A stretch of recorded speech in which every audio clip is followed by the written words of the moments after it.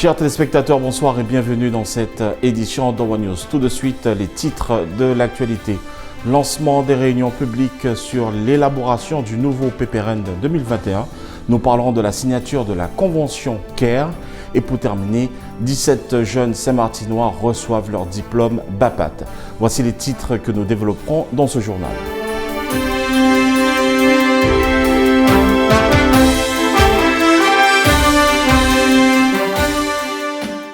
Pour commencer, la cellule d'accompagnement à la régularisation des entreprises a donc vu le jour en partenariat avec la Chambre consulaire interprofessionnelle de Saint-Martin, avec comme objectif initial d'accompagner les entreprises du territoire à régulariser leur situation fiscale dans le but de bénéficier des aides Covid-19 mises en place par l'État. Les services de la collectivité de Saint-Martin félicitaient la mise en relation avec le Centre des finances publiques et la régularisation fiscale. La CCSM facilitait aussi la régularisation sociale via son partenariat avec la Caisse générale de sécurité sociale. Aujourd'hui, la volonté est d'élargir le champ de compétences de la CARE. La période du confinement a relevé que de nombreux dirigeants d'entreprises souhaitaient bénéficier d'un accompagnement plus poussé leur permettant d'entrer dans les normes et ainsi leur garantir la pérennité de leurs activités. Ces derniers ont compris qu'une régularisation de leur situation leur permet notamment de bénéficier de la solidarité nationale en période de crise ou même des dispositifs financiers pouvant être mis en place par la collectivité de Saint-Martin, aide directe aux entreprises, appel à projet. Mais pour certains, une régularisation rime avec formation, obligation de sécurité et financement d'équipement. Dans le contexte de la relance de l'activité économique sur le territoire, élargir le champ d'action de la CARE consiste en la création d'un espace de travail et d'une démarche d'accompagnement global avec des partenaires œuvrant à l'accompagnement opérationnel et financier pour lui donner une nouvelle dynamique et répondre ainsi aux attentes des entreprises du territoire.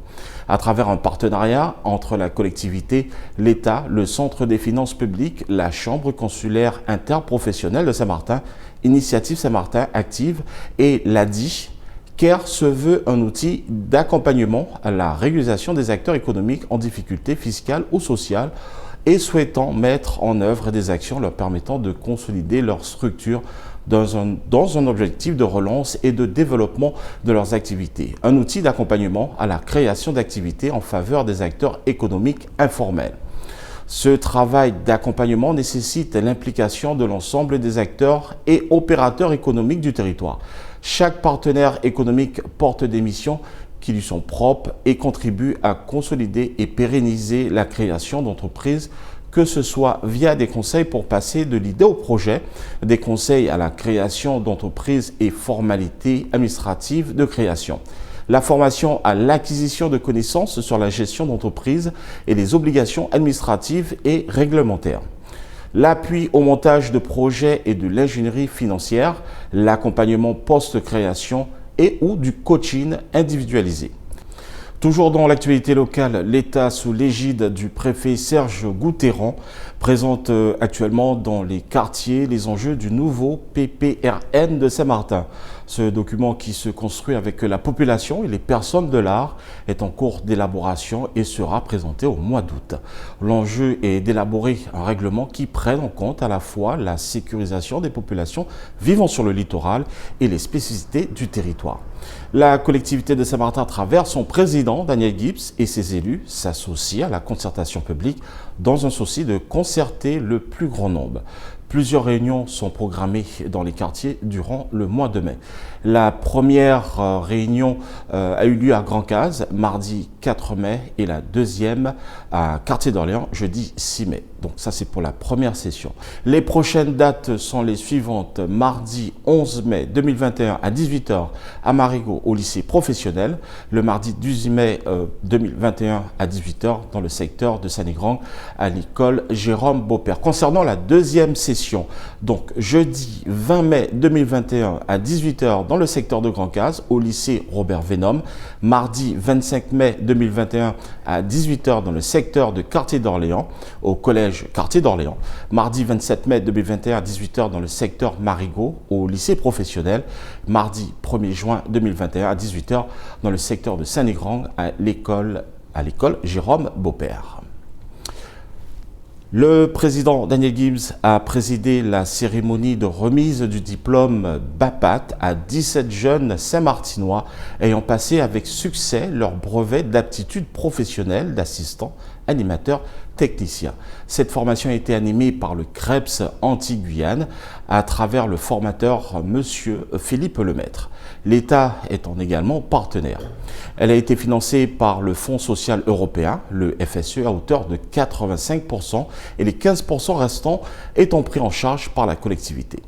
Il faut rappeler que dans le cadre du plan territorial de la formation professionnelle, la collectivité a consacré cette année 1,4 million d'euros dédiés à la formation avec l'objectif de proposer une vingtaine de parcours de formation à plus de 400 demandeurs d'emploi.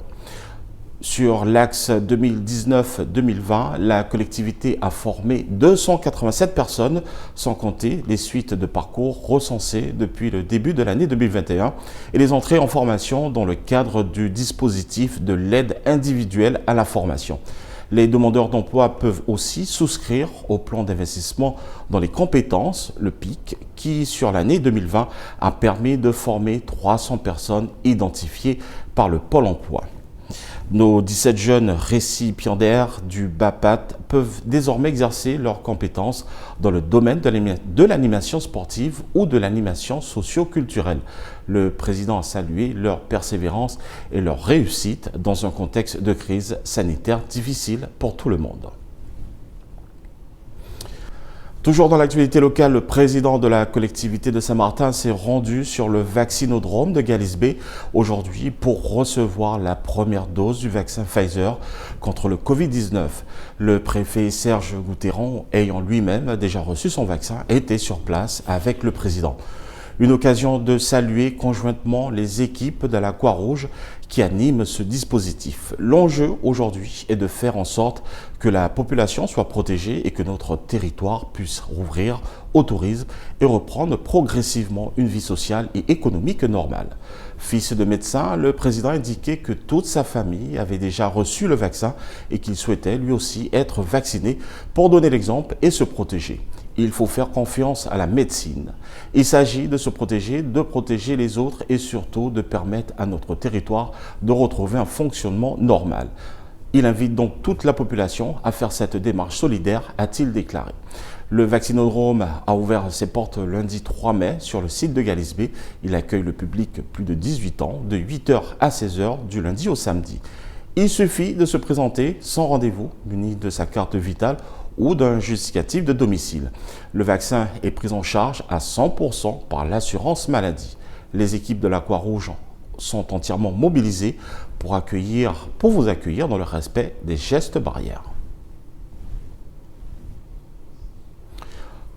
Et pour terminer, dans l'actualité d'aujourd'hui, vendredi 30 avril dernier, la 3e vice-présidente Sophia Carty-Corrington et le secrétaire général de la préfecture, le sous-préfet Michael Doré, ont passé en revue avec leurs équipes administratives et partenaires institutionnels les projets déposés par les associations sportives et socio-culturelles et un collège du territoire.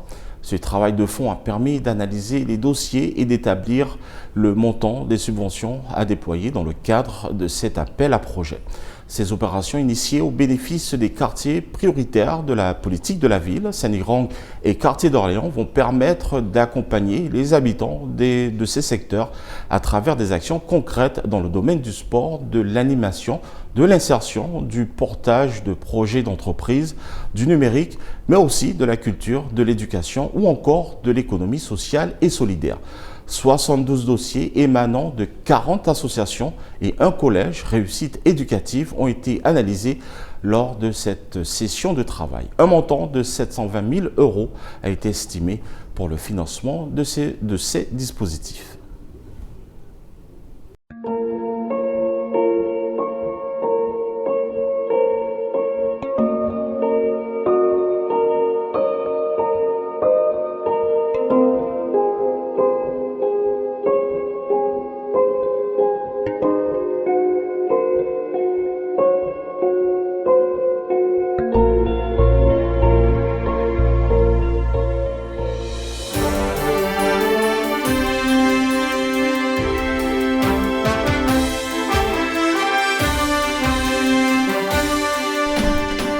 Nous arrivons à la fin de cette édition de One News, mais juste avant de vous laisser, restons attentifs au respect des gestes barrières, lavage régulier des mains, distanciation sociale, éternuer dans son coude, le port du masque en lieu clos ou fréquenté. Voilà, c'était Natson Paul pour One News. Je vous dis à bientôt.